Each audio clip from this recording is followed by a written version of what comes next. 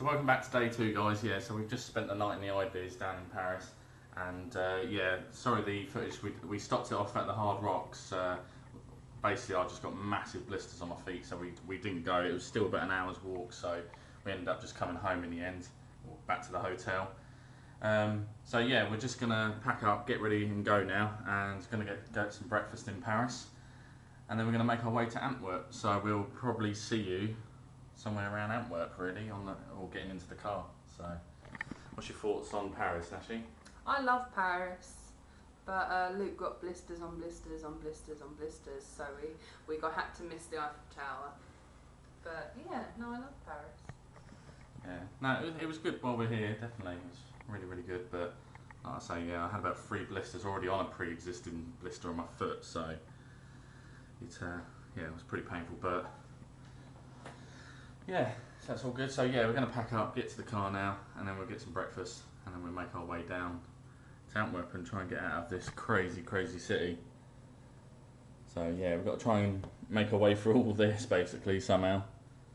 It's a bit crazy. We got stuck on because the ring road basically round here goes all the way around, a bit like the M25 around London, goes all the way around Paris, but the problem is with that, if you divert off that at all, you're then in an emission zone, and from what I looked it up, you have a sticker, which I'll put here now, I'll show you, different colour codes and different numbers for the emission of the vehicle that you're driving. You have to pay in advance. But you have to pay, as far as I'm aware, probably is different, but as far as I've read up on it, you have to pay online and get it ordered to your house.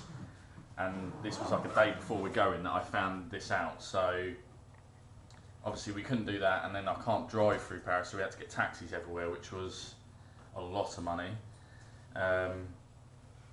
But yeah, so basically we can't enter Paris without any public transport and things like that, so, but it was pretty crazy. And then as we were going around, there was a lot of roadworks that was trying to divert us off, which took us about another 6 miles out of the way to come here. So yeah, it's a bit of a funny one getting out of Paris around here and straight to this hotel. Yeah, it's I've driven around Europe and all the way through France and places like that, but for some reason Paris, it's just a different ball game with driving. They're just gun ho.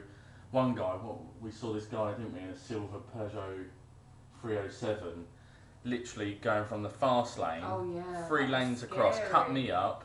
But went on the chevrons, about 80 miles per hour, wouldn't he? Cut a van up, went 3 lanes back again, and just zigzagged all the way down the road, and then went flat out about 100 mile an hour towards the back of a coach, just missed it, and was gone. Like, he must have had 1 million speeding tickets, because the amount of cameras I've seen around France is just crazy, the amount of them, and they're pretty well hidden as well. Like, unless you live obviously locally and you know, there is a lot I kept noticing, and they're just little grey ones that blend in. So yeah, they're very crafty with that, but yeah, it's not too bad. But like I say, it's been good while we've been here. Like I say, we spent about 10 hours here, and time to move on. So yeah, we're going to get going now and move down to the I want to find a bakery.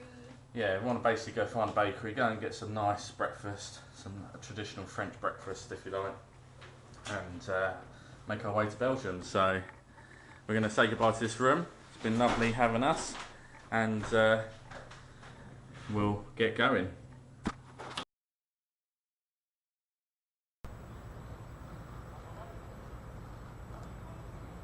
So yeah, we're just making our way out of Paris now, and we're wondering why the traffic's so bad. I think everyone's looking at this basically, so that is properly on fire. That's a C-Max.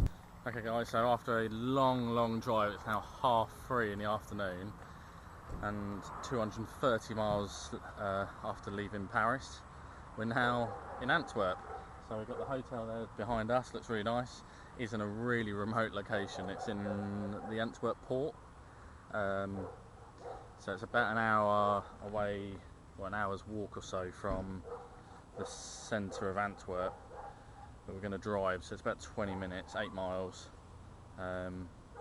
and then we're going to hit up the zoo and get some dinner, which we didn't know. A lot of the places around here on a Sunday for the whole day, it's restaurants, everything's been closed. So we're even the Hard Rock, which we were going to go to tonight, which we can't get into unfortunately, so we're going to have to find somewhere for dinner, and yeah, that'll be about it. So hopefully we're going to go book in, and then we're going to go straight to the zoo now and see if we can go and grab some grub while we're there. We've got about 3 hours till it shuts. It says it shuts about 7 o'clock, so we've got about 3 hours. Let's go around that and we'll see you at the zoo then. Okay guys, yeah, so we just got to our room, just checked in, and probably one of the weirdest IBIS we've ever been in. We got triple bed, so we've got a bunk bed, so that's my one, that's Nash's, and we have a shower actually in the room. There's just a glass partition like you normally would with a shower, so that's there, and toilets behind that door there, so, and the sink's in the room with you. Very strange, never experienced that before, but there's always a first. But seems right for what it is just to get our heads down so we can sleep. But yeah, that's the room basically. Yeah, telly, probably won't watch it, and yeah, that's about it really. So we're going to get in the car in a sec and make our way down to Antwerp City Centre. Alright, well we've kind of made it to the car park. As you can see from probably behind me, the whole length of this place in Antwerp is just under construction. I feel like we're just on a building site. They've literally just shut down all the major roads. They're still digging the bridge. Everything is just fenced off, everything. You can barely get to anything. The zoo is like behind us here, like round the corner apparently. So we're just going to walk, and we just parked up with where the locals are, and making our way there now. But absolutely ridiculous trying to get around here as well. It's just nuts, because it like I say, it feels like we shouldn't be here, because it's partly a building site. And the ground's all dug up, people are just parking on the gravel and everything, but it goes literally like a mile that way. We might come back to a ticket. And that way. So we've just had to park wherever we can really with other people, and just fingers crossed we don't get any issues. But yeah, we're on our way to the zoo now. It's like a 12-minute walk around this corner. Zoo's only open for another 2.5 hours. Yeah, we've got like another 2.5 hours there and stuff, so should be fine. Should be all good. But we'll see you when we get there. So we just made it to the zoo, just coming through the gates now. Absolutely mental in the market there. You wouldn't think it was the same town just around the corner. Everything's open and absolutely crazy. But yeah, we're here now, so we're going to go around.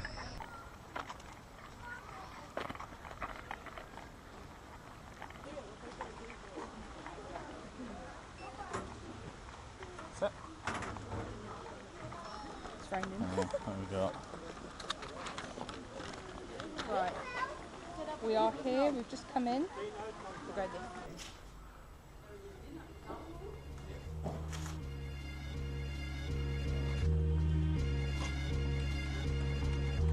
This is a Ryan Little production.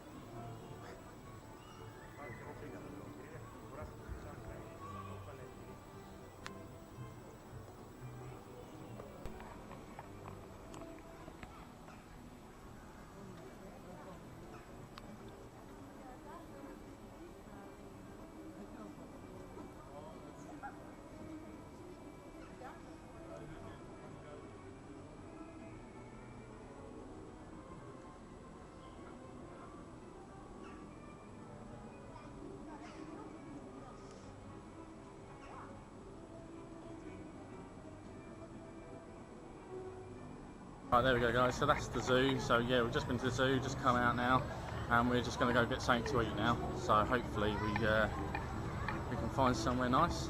But this is where we're coming out to, the main square.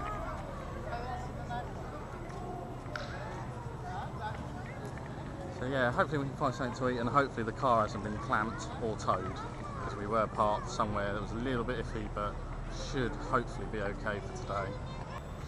So we just had dinner at Apollo Pizza down in Antwerp, so we didn't go to the Hard Rock in the end, and it was banging. It was absolutely amazing, so definitely recommend it if you get down here.